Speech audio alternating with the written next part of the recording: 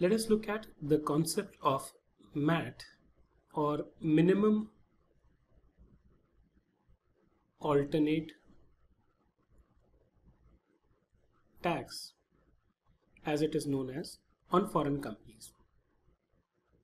But before we get into this, let's first understand what exactly is MAT. आपने अभी तक जब भी अपनी कैलकुलेशन की होंगी CIPCC में, आपने क्या किया था? You used to calculate the income of a company as per the profit and loss account, right? So आप क्या करते थे? आप देखते थे कि बुक्स ऑफ अकाउंट्स में कितना प्रॉफिट है. लेट्स से ये 100 है. इसमें आप कुछ एडिशन करते थे, कुछ सब्ट्रैक्शन करते थे. एडिशन जैसे अकाउंटिंग डेप्रिसिएशन का हो गया, राइट? या मान लीजिए 43B में कोई डिसअलाउंस होगी. इन सबको ऐड करने के बाद आप मान लीजिए ये 50 आता है, तो आपकी टोटल इनकम हो जाती थी 150. इसमें से आप रिड्यूस करते थे tax depreciation and other allowances जो आपकी बुक्स ऑफ अकाउंट्स में फैक्टर्ड नहीं है, जो कि टैक्स लॉ के हिसाब से हो सकता है आपको देते हो. मान लीजिए let's say this is 40, so my taxable income used to be 110.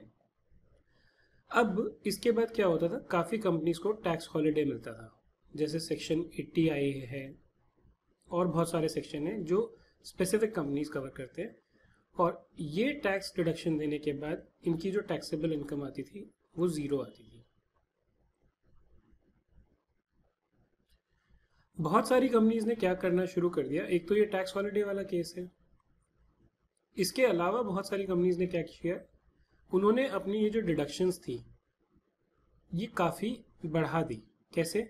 मान लीजिए आपने कोई और कंपनी खरीद ली है जिसके पास बहुत सारे एसेट है, और आपने क्या किया, ये जो डेप्रिसिएशन मान लीजिए यहाँ पे ये 20 और 20 था, आपने डेप्रिसिएशन अपना 100 का कर लिया.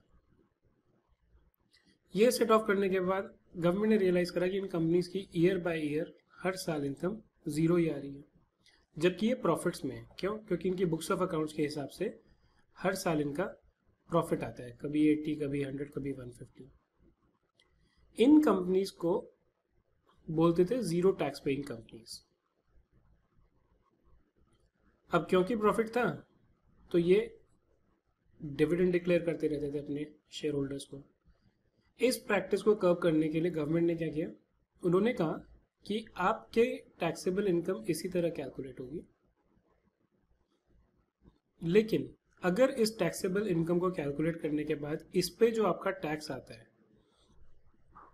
लेट्स से मैं इसको बोलता हूँ टैक्स ऑन नॉर्मल इनकम, आपका कुछ भी आता है, मान लीजिए 20 आता है, हम ये भी देखेंगे कि आपके बुक प्रॉफिट, जो बुक्स ऑफ अकाउंट्स के बाद प्रॉफिट है, इसमें ऑब्वियसली कुछ एडिशन, कुछ परमिसिबल एडिशन और रिडक्शंस अलाउड हैं जो सेक्शन 115 JB में दिया हुआ है. मतलब आप बुक ऑफ अकाउंट्स का प्रॉफिट लेंगे, उसमें कुछ अमाउंट्स ऐड करेंगे जो यहाँ मेंशन्ड है, और कुछ अकाउंट रिड्यूस करेंगे जो यहाँ मेंशन्ड है.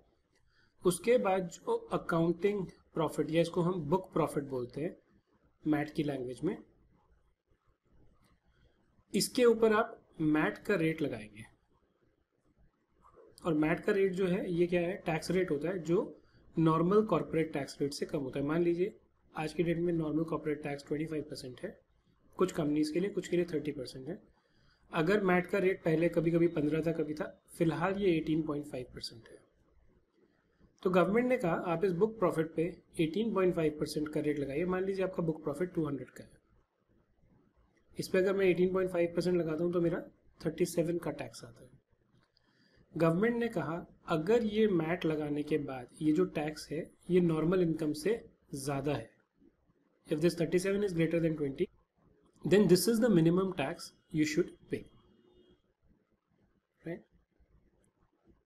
इसको हम बोलते हैं मिनिमम ऑल्टरनेट टैक्स. लेकिन अगर ये टैक्स जो है इससे कम है, मान लीजिए ये 100 ही होता, तो टैक्स कितना होता है 18.5. तब गवर्नमेंट ने कहा तब आप ये कंटिन्यू करिए पे करना.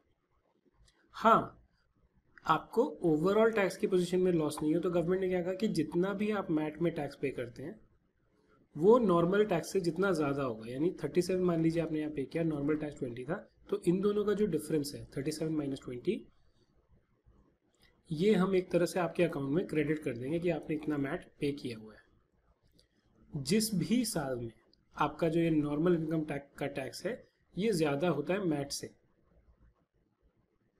तब हम आपको इस क्रेडिट का सेट ऑफ दे देंगे। मतलब अगर मान लीजिए ईयर 2 में आपका नॉर्मल टैक्स है 50, मैट आता है 40, तो दोनों का डिफरेंस कितना है 10 का।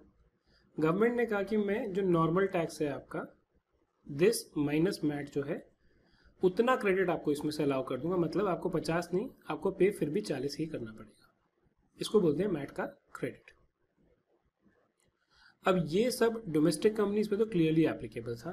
इशू ये है कि अगर एक फॉरेन कंपनी है, क्या उसके ऊपर ये एप्लीकेबल होगा? पर्टिकुलरली उसका सबसे बड़ा रीजन क्या था डिबेट का कि ये बुक्स ऑफ अकाउंट्स जो हैं ये फॉरेन कंपनी जरूरी नहीं है इंडिया के लिए मेंटेन करें।